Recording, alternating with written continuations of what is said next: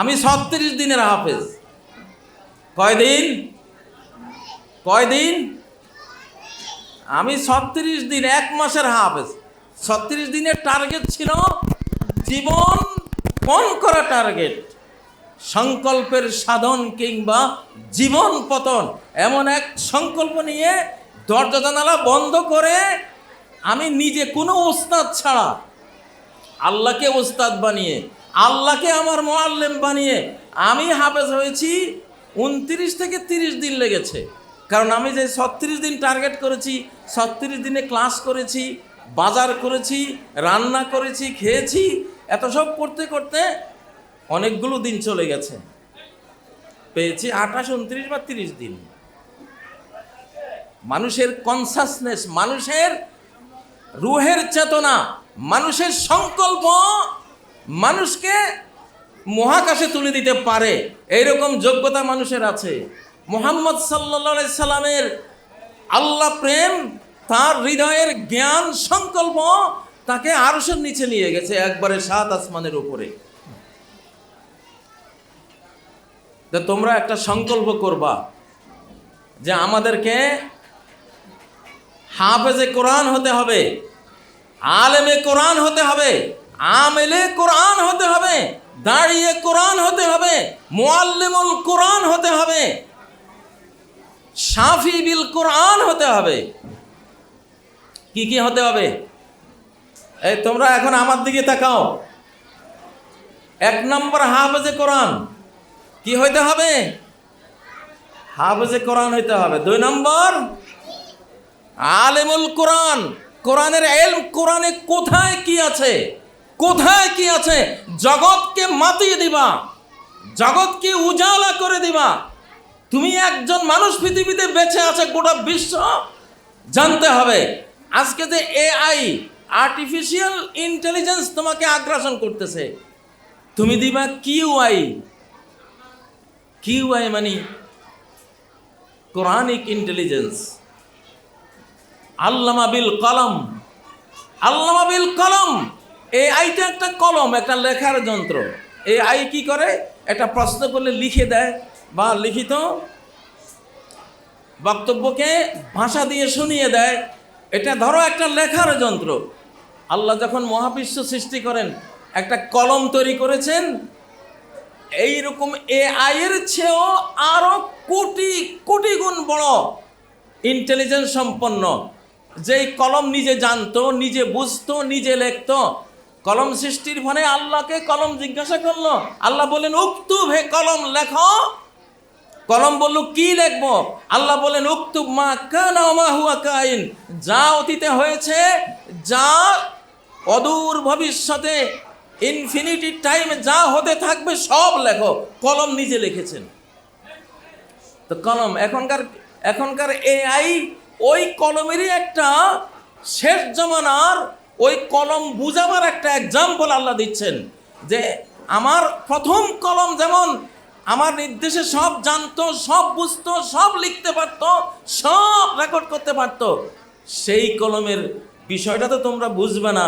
ওটা বোঝার জন্য আল্লাহ তাআলা শত শত কোটি ডলার খরচ করিয়ে, ট্রিলিয়ন ডলার খরচ করিয়ে শেষ জমানায় ওই কলমের একটা এক্সাম্পল সেট করে দিয়েছেন, যেটাকে মানুষ বলে এআই।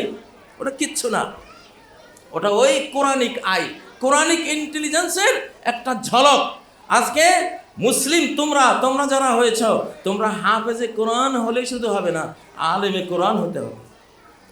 কোরআনের কোথায় কি ইলম আছে, কোথায় কি আছে, এটা খুঁজে বের করবা। দেখো, ছোট্ট শিশুরা, আমরা যখন ছোট্ট ছিলাম তোমাদের মতো, আমরা ক্লাসে কোনোদিন সেকেন্ড হই নাই। আমাদের সংকল্প ছিল ফার্স্ট হব। আমরা ক্লাসে এতটা পড়ালেখা করে যেতাম, ওস্তাদ যেখানে আটকে যেত, ওস্তাদ আমাদেরকে জিজ্ঞাসা করে ওটা বুঝবার চেষ্টা করত। এখন এই যুগে এসে শুধু সালের আলেম তৈরি হচ্ছে। কোন সালে কি পরীক্ষার প্রশ্ন আসে, ও সেগুলি দেখে দেখে দেখে ছেলেরা ভালো রেজাল্ট করে কিন্তু জ্ঞানের গভীরে যায় না। আমরা কোনোদিন সালের প্রশ্ন দেখি নেই, আমরা গোটা কিতাব মুখস্থ করার চেষ্টা করেছি, পুরো বই মুখস্থ করে পরীক্ষা দেব, কি জ্ঞান আমার হয়েছে। আলহামদুলিল্লাহ, আমরা আমাদের সময় যে পড়াশোনা করেছি সেরকম একটা সময় তোমরা আবার পেয়েছো। এটা ইসলামিক শতাব্দী, ইসলামিক শতাব্দী, ইসলামিক সেঞ্চুরি, হাফেজদের শতাব্দী, এটা আলেমদের শতাব্দী, এটা ইমাম মাহদির শতাব্দী, এটা ঈসা আলাইহিস সালামের শতাব্দী, এটা 7 মহাদেশ মুসলিম হয়ে যাবে সেই শতাব্দী এটা। অতএব তোমরা এই শতাব্দী পেয়েছো, সৌভাগ্যবান। তোমরা হাফেজ হয়েছ, এখন আলেম হবা, আমেল হবা, কোরআনের আমলওয়ালা হাফেজ হবা। রাত্রে যখন কোরআনিক বিশ্ববিদ্যালয় খোলে, দুনিয়ার বিশ্ববিদ্যালয় খোলে দিনে, আর কোরআনের বিশ্ববিদ্যালয় খোলে রাত্রে, কুমিল লাইলা ইল্লা কালিলা, পুরো রাত কোরআন নিয়ে দাঁড়িয়ে থাকো আমার সামনে, আমি বুঝাবো তোমারে কোরআন। দেখো, আমি 36 দিনে হাফেজ হয়ে রমজানি হাফেজ হই নেই। আমার সামনে সহজে কোনো হাফেজ ইন্টারভিউ দিতে আসে না। আমি হাফেজের জন্য অ্যাডভার্টাইজ দিই, যখনই শুনে কাজী সাহেব ইন্টারভিউ নেবার নাই। কারণ এই দেশের সম্ভবত 1000-এর মধ্যে 999 জন হাফেজ রমজানি হাফেজ। খালি রমজানের 2 মাস আগে পড়ে, রমজান শেষ, তারাবি শেষ, এরপরে অধিকাংশ না। আমি প্রতি 7 দিনে কোরআন খতম করি। এটা অবশ্য আল্লাহ আমাকে জেলখানা থেকে দিয়েছেন। আজকের পড়াটাও শেষ, শুধু ছোট্ট কয়েকটা পাতা বাকি আছে। তো 7 দিনে 7 মঞ্জিল, কোরআনে কি লেখা আছে? 7 মঞ্জিল, সাবআতু মানাজিল। 7 মঞ্জিল মানে কি? তুমি 7 দিনে কোরআন শেষ করবা, 7 দিনে কোরআন শেষ করবা। এখন হাফেজরা, হাফেজ হওয়া সহজ, হাফেজি ধরে রাখা হলো কঠিন। আপনারা যারা মা বাবা আছেন, আপনারা হাফেজ বানিয়েছেন, হাফেজা বানিয়েছেন, কিন্তু আপনারা নিজেরা কোরআন না পড়লে আপনাদের সন্তান চেতনা পাবে কোত্থেকে? জীবন্ত নমুনা আপনাদের হতে হবে। আমি আমার বাবাকে দেখেছি, আমার বাবা ছিলেন 3 মাসের হাফেজ। সেই হাফেজ হয়েছেন দেওবন্দে। উনি যখন দেওবন্দ মাদ্রাসায় ছিলেন তখন পাঞ্জাবি 3টা ছেলে, তারা ওস্তাদের কাছে, দেওবন্দের ওস্তাদ কারি সাহেবের কাছে, হাফেজ সাহেবের কাছে হেফজে পড়তো। তা আমার বাবা গিয়ে, কোরআন প্রেমিক ছিলেন, আমার দাদা হাফেজ, তো কোরআন প্রেমিক হওয়ার কারণে গিয়ে গিয়ে বসে শুনতেন। একদিন পাঞ্জাবি ছেলেরা, একটা ছেলে বলে উঠলো, দেখতে কে হো, কোরআন কা হিফজ করনা বাঙালি কা কাম নেই। আরে কি দেখো, কোরআন হিফজ করা বাঙালির কাজ না। আব্বাই বললো যে আমার তো গায়ে আগুন লাগাই দিছে এরা, কোরআন হাফেজ হওয়া বাঙালির কাজ না।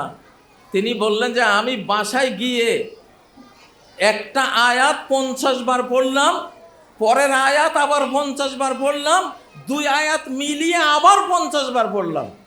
3 রমজানে এইভাবে পুরা কোরআন 3 মাসে মুখস্থ করে ওদের ওস্তাদের কাছে গিয়ে শোনাচ্ছি। ওরা একজন আরেকজনের দিকে তাকা, কিরে এই ছেলে না, আমরা বলেছিলাম হাফেজ হওয়া বাঙালির কাজ না, সেদিকে আমাদের আগে হাফেজ হয়েছে। তো উনি এমন হিফজ করেছেন, ওস্তাদ এক জায়গাতেও লোকমা দিতে পারে নাই। গোটা কোরআন শুনিয়েছেন, এক জায়গাতেও লোকমা দিতে পারে নাই। মা বাবারা শোনেন, আমরা হাফেজ তো এমনি হই নাই। আমি আমার বাবাকে দেখেছি, রিকশায় বসেছেন, কোরআন তেলাওয়াত শুরু করেছেন, গাড়িতে বসেছেন, কোরআন তেলাওয়াত শুরু করেছেন, ট্রেনে বসেছেন, তেলাওয়াত শুরু করেছেন, খেতে আমাকে নিয়ে গেছেন, কোদাল দিয়ে, ফাসন দিয়ে ক্ষেত নিড়াচ্ছেন, ক্ষেতের কাজ করছেন, ফসলের ক্ষেতে, মুখে কোরআন পড়তেছেন, পুকুরের ঘাটে বসেছেন, কোরআন পড়তেছেন। তো সেই দৃশ্যগুলি আমার অন্তরে যখন আসে, তিলে তিলে তিলে আমাকে টানতে টানতে টানতে লাস্ট এমন পর্যায়ে আমাকে নিল। আলহামদুলিল্লাহ, আমি ওই বাবাকে অনুসরণ করেছি। মুহাম্মদুর রাসূলুল্লাহ সাল্লাল্লাহু আলাইহি ওয়াসাল্লাম রেখে যাওয়া যে কোরআন পড়তে পড়তে, হাফেজ মানে কি, তার কোরআন নিয়েই মশগলা। কোরআনে কি কোয়ান্টাম ফিজিক্স নাই? কোয়ান্টাম ফিজিক্সের বাবা হইল কোরআন। ওয়াতাকুনুল জিবালু কালইহনিল মানফুস, পাহাড়গুলি হয়ে যাবে ধ্বনিত রুইয়ের মতো। আল্লাহ অনুপরমাণুর মতো বলেন নাই, সুতার মতো লম্বা লম্বা রুই যেন উড়ে যাচ্ছে। String theory last quantum physics দ্বারা বোঝা গেল, কোয়ান্টাম মানে হলো সূক্ষ্ম, অতি সূক্ষ্ম পদার্থ বিজ্ঞান দিয়ে বোঝা গেল যে পৃথিবীটা কণা কণা না, এটা সুতা সুতা, যেটা কাল এহনিল মানফুস। আল্লাহ তাআলা এখানে বলেছেন কামাসালিল আনকাবুত ইত্তাখাযাত বাইতা, যেন মাকড়সা সে একটা জাল বুনেছে। মহাবিশ্ব কোরআন বলতেছে নরম জিনিস, এইটা মাকড়সার জালের মতো। কোয়ান্টাম ফিজিক্স আজকে তোমরা শিশু মানুষ, তোমাদের সামনে বলবো না, কিন্তু কোরআনে কোন জ্ঞান নাই? কোরআন দিয়ে ইংরেজি শিখো, কোরআন দিয়ে বাংলা শিখো, কোরআন দিয়ে সায়েন্স শিখো, কোরআন দিয়ে ভূগোল শিখো, কোরআন দিয়ে অ্যাস্ট্রোফিজিক্স শিখো, কোরআন দিয়ে কোয়ান্টাম ফিজিক্স শিখো, কোরআন দিয়ে সমাজ বিজ্ঞান শিখো, কোরআন দিয়ে রাষ্ট্রবিজ্ঞান শিখো। আল্লাহ কি বলছেন? আওয়ালাম ইয়াকফিহিম আন্না আনজালনা আলাইকাল কিতাব, তাদের জন্য কি সাফিসিয়েন্ট হয়নি, যথেষ্ট হয়নি যে আমি তোমার উপরে কিতাব নাজিল করেছি? তুমি আর কোন দিকে যাবা? মুহাম্মদুর রাসূলুল্লাহ সাল্লাল্লাহু আলাইহি সাল্লাম একমাত্র কোরআনের বাহক ছিলেন, কোরআনের তিনি শিষ্য ছিলেন, কোরআন প্রাপ্ত ছিলেন। কোরআন থেকে সুন্নাহ হাদিসগুলোকে তিনি ইস্তেমবাদ করে বের করে বিশ্বকে দিয়েছেন। এই দুই উৎস দিয়ে উনি মহাবিজ্ঞানী, গোটা মানব জাতির সর্বকালের সর্বশ্রেষ্ঠ জ্ঞানী বিজ্ঞানী। তো যাই হোক, হাফেজরা, এখন তোমাদের সামনে যদি শুধু হাফেজ হয়েছ, কোরআনের তর্জমা পড়ো নাই, জ্ঞান শেখো নাই, তাহলে মামলা খাবা। যদি হাফেজ হয়েছ তারপরে তর্জমাও শিখেছ, আমল করো নাই, তাহলে মামলা খাবা। যদি কোরআনে হাফেজ, তর্জমাও জানো, আমলও করো, কিন্তু মানুষকে শিখাওনি, তাহলে মামলা খাবা। আচ্ছা, হাফেজ হলা, আলেম হলা, আমল করলা, শিখাইলাও, কিন্তু কোরআন দিয়ে সর্বব্যাধির শেফা মানুষকে শিখাওনি, সকল লোকে নিরাময় শিখাওনি। সমাজব্যাধির নিরাময় কোরআন দিয়া, মানুষের ডিপ্রেশনের শেফা কোরআন দিয়া, পারিবারিক রোগের, পারিবারিক সমস্যা, ঘরে ঘরে যে অশান্তির আগুন, এর শেফা চিকিৎসা কোরআন দিয়া, বিশ্ব সমাজে যে অশান্তি, যুদ্ধের দাবানল চলছে, এর শেফা কোরআন দিয়া। তাহলে যদি তুমি কোরআন দিয়ে শেফা না নাও, মামলা খাইবা। এই মামলা করেছেন কে? আল্লাহ তাআলার রাসূল মুহাম্মদ সাল্লাল্লাহু আলাইহি ওয়াসাল্লাম মামলা দিয়েছেন। সূরা আল ফুরকানের 30 নম্বর আয়াত। এখানে একজন ব্যারিস্টার সাহেব আছেন, আমার আগে খুব সুন্দর তোমাদেরকে বুঝিয়ে গেছেন ব্যারিস্টার সাহেব। এই মামলার কথা সূরা ফুরকানে আছে, অকালার রাসূলু ইয়া কওমি ইন্না কওমি ইত্তাখাযু হাযাল কুরআনা মাহজুরা। রাসূল বললেন, হে আল্লাহ, হে রব, আমার জাতি কোরআনকে পরিত্যক্ত করে দিয়েছে। ইবনুল কাইয়্যিম বলেন, এখানে 6 দফা মামলা আছে, একটা কথার ভিতরে 6 দফা মামলা। ওইটাই বলতেছি, তুমি শুধু হাফেজ হলা, তাহলে 5টা মামলা খাইবা।